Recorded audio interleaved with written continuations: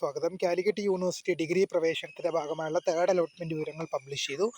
അപ്പോൾ അതിൻ്റെ college joining, mandatory fee, permanent or temporary admission സംബന്ധമായ എല്ലാ ഡീറ്റെയിൽസുമാണ് ഈ ഒരു വീഡിയോയിൽ കൂടെ നിങ്ങളുമായിട്ട് ഡിസ്കസ് ചെയ്യാൻ ആഗ്രഹിക്കുന്നത്.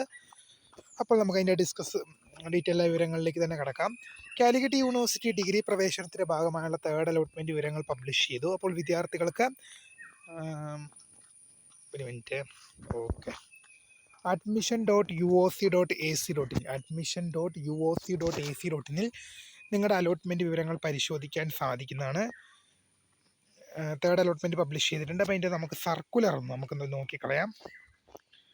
Okay, Calicut university directorate of admissions പത്രക്കുറിപ്പ്. 2026-27 അധ്യയന വർഷത്തെ ബിരുദ പ്രവേശനത്തിനനുബന്ധിച്ച് മൂന്നാം അലോട്ട്മെൻറ്റിനോടുള്ള നിർദ്ദേശങ്ങൾ നമുക്ക് നോക്കാം.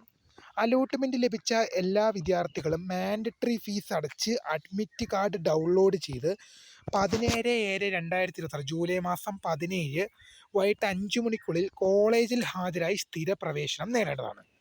ഇവിടെ മാൻഡറ്ററി ഫീ അടയ്ക്കുക, ശേഷം ജൂലൈ മാസം 17 നിങ്ങളുടെ കോളേജിൽ പോയിട്ട് പെർമനൻ്റ് അഡ്മിഷൻ എടുക്കാനുണ്ട്. പെർമനൻ്റ് ഓർ ടെമ്പററി അഡ്മിഷൻ എന്നുള്ള ചോദ്യത്തിനുള്ള മറുപടി പെർമനൻ്റ് അഡ്മിഷൻ മാത്രമേ ഉള്ളൂ, ടെമ്പററി അഡ്മിഷൻ ഇല്ല. എന്നാൽ ഇപ്പം ഈ മാൻഡറ്ററി ഫീ അടയ്ക്കണം എന്ന് പറയുന്നത് ഫസ്റ്റ് അലോട്ട്മെൻറ്റിലും സെക്കൻഡ് അലോട്ട്മെൻറ്റിലും സീറ്റ് ലഭിക്കാതിരിക്കുകയും മൂന്നാം അലോട്ട്മെൻറ്റിൽ തേർഡ് അലോട്ട്മെൻറ്റിൽ ആദ്യമായിട്ട് കിട്ടുന്ന കുട്ടികളാണ് എന്ത് ചെയ്യേണ്ടത്, ഫീസ് അടയ്ക്കേണ്ടത്, മാൻഡറ്ററി ഫീസ് അടയ്ക്കേണ്ടത്. എന്നാൽ ഫസ്റ്റ് അലോട്ട്മെൻറ്റിലും സെക്കൻഡ് അലോട്ട്മെൻറ്റിലും സീറ്റ് ലഭിച്ചിട്ട് ഓൾറെഡി ഒരു മാൻഡറ്ററി ഫീ അടച്ചൊരു കുട്ടിയാണെങ്കിൽ നിങ്ങൾ വീണ്ടും ഈ ഫീസ് അടയ്ക്കേണ്ടതില്ല. ഒന്നിലും രണ്ടിലൊന്നും ലഭിക്കാതെ മൂന്നാമത്തേൽ ആദ്യമായി ലഭിക്കുന്നവരാണ് ഈ ഫീസ് അടയ്ക്കേണ്ടത്. ഓക്കെ, അലോട്ട്മെൻറ്റ് ലഭിച്ചു ജൂലൈ മാസം 17 വൈകിട്ട് 5 മണിക്കകം ഹാജരാകണം. അല്ലാത്ത പക്ഷം വിദ്യാർത്ഥികൾക്ക് ലഭിച്ച അലോട്ട്മെൻറ്റ് നഷ്ടമാകുന്നതായിരിക്കും. പുതിയ അലോട്ട്മെൻറ്റ് ലഭിച്ച വിദ്യാർത്ഥികൾ മാൻഡറ്ററി ഫീ അടച്ച ശേഷമാണ് കോളേജിൽ പ്രവേശനം. ഞാൻ പറഞ്ഞ പോലെ തന്നെ ഇപ്പം മൂന്നാമത്തെ അലോട്ട്മെൻറ്റിൽ ആദ്യമായിട്ട് ലഭിച്ചവർ മാൻഡറ്ററി ഫീ അടയ്ക്കണം. ഇപ്പോൾ ഈ നിർദ്ദേശങ്ങൾ പാലിക്കാത്ത വിദ്യാർത്ഥികളെ എന്ത് ചെയ്യും, അലോട്ട്മെൻറ്റിൽ നിന്ന് പുറത്താക്കപ്പെടുന്നതായിരിക്കും. 1-2 അലോട്ട്മെൻറ്റുകൾ ലഭിച്ച് മാൻഡറ്ററി ഫീ അടച്ച വിദ്യാർത്ഥികൾ അലോട്ട്മെൻറ്റ് മാറ്റമുണ്ടെങ്കിൽ കൂടി വീണ്ടും ഫീസ് അടയ്ക്കേണ്ടതില്ല. ഞാൻ പറഞ്ഞ പോലെ തന്നെ 1-2 നിങ്ങൾ അടച്ചിട്ട് നിങ്ങൾക്ക് എന്തുണ്ട്, മാൻഡറ്ററി ഫീ നിങ്ങൾ ഓൾറെഡി അടച്ചു, എന്നിട്ടും നിങ്ങൾക്ക് അതേ ഓപ്ഷനാണ് കിട്ടിയത് മൂന്നാം അലോട്ട്മെൻറ്റിൽ, അല്ലെങ്കിൽ വേറെ ഓപ്ഷനാണ് കിട്ടിയെങ്കിൽ നിങ്ങൾ വീണ്ടും മാൻഡറ്ററി ഫീ അടയ്ക്കേണ്ടത് ഇല്ല എന്നുള്ള വിവരം നിങ്ങളുടെ ശ്രദ്ധയിൽപ്പെടുത്തുന്നു.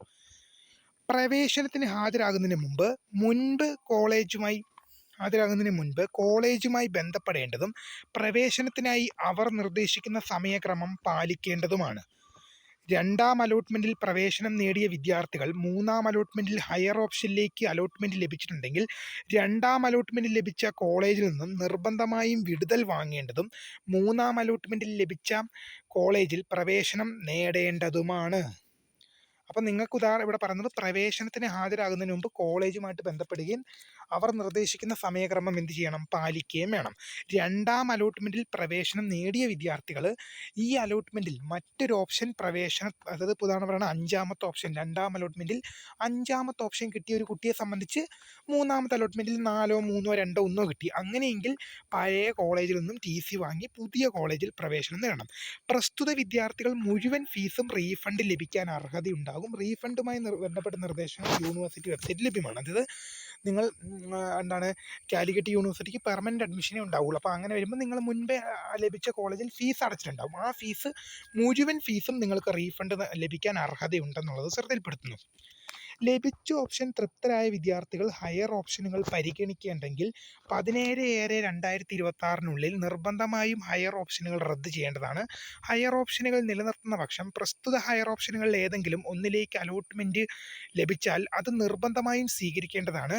ഇതോടെ മുൻപ് ലഭിച്ച അഡ്മിഷൻ നഷ്ടമാകുന്നതും അതൊരു കാരണം വെച്ചാലും പുനഃസ്ഥാപിച്ച് കൊടുക്കുന്നതുമല്ല. അതായത് നിങ്ങൾക്കിപ്പോൾ ഉദാഹരണം പറയുകയാണെങ്കിൽ 5ാമത്തെ ഓപ്ഷനാണ് കിട്ടിയെങ്കിൽ അത് നിങ്ങൾ തൃപ്തരാണ്, നിങ്ങൾക്ക് 4, 3, 2, 1 വേണ്ട. അങ്ങനെയെങ്കിൽ നിങ്ങൾ എന്ത് ചെയ്യണം, ആ 4, 3, 2, 1 ക്യാൻസൽ ചെയ്ത് തരണം. 4, 3, 2, 1 ക്യാൻസൽ ചെയ്ത് തരണം. അല്ലെങ്കിൽ അടുത്ത അലോട്ട്മെൻറ്റിൽ ഇപ്പോൾ 5 ലഭിച്ചൊരു കുട്ടിക്ക് അത് തൃപ്തിയായിരുന്നു, അടുത്തതിൽ 4, 3, 2, 1 കിട്ടി. അങ്ങനെയെങ്കിൽ അങ്ങോട്ട് മാറേണ്ടി വരും.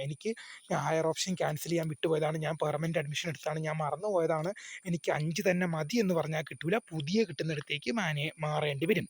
അലോട്ട്മെൻറ്റ് ലഭിച്ചവരും അല്ലാതെയുമുള്ള admission management, community, PWBD, sports തുടങ്ങിയവ ലഭിച്ചവർക്കും മാൻഡറ്ററി ഫീ അടയ്ക്കുന്നതിനുള്ള സൗകര്യം സ്റ്റുഡൻറ്റ് ലോഗിൽ ലഭ്യമാണ്. ഇപ്പോൾ നിങ്ങൾക്ക് മെറിറ്റ് കോട്ടയിൽ മാത്രമല്ല മാനേജ്മെൻറ്റ്, അൺഎയ്ഡഡ്, അത് മാനേജ്മെൻറ്റ്, കമ്മ്യൂണിറ്റി, PWD, സ്പോർട്സ് തുടങ്ങിയ കോട്ടകളിൽ പ്രവേശനം ലഭിച്ചവർക്ക് മാൻഡറ്ററി ഫീ അടയ്ക്കാം. അപ്പോൾ നിങ്ങളുടെ സംശയങ്ങൾക്കുള്ള മറുപടി അനുസരിക്കുന്നു. അപ്പോൾ പുതിയ വീഡിയോ കാണുന്നവരെ മിസ്കൃത ഫോൺ എഫോർട്ട് എന്താ കരിയർ. Thank for watching. ബൈ.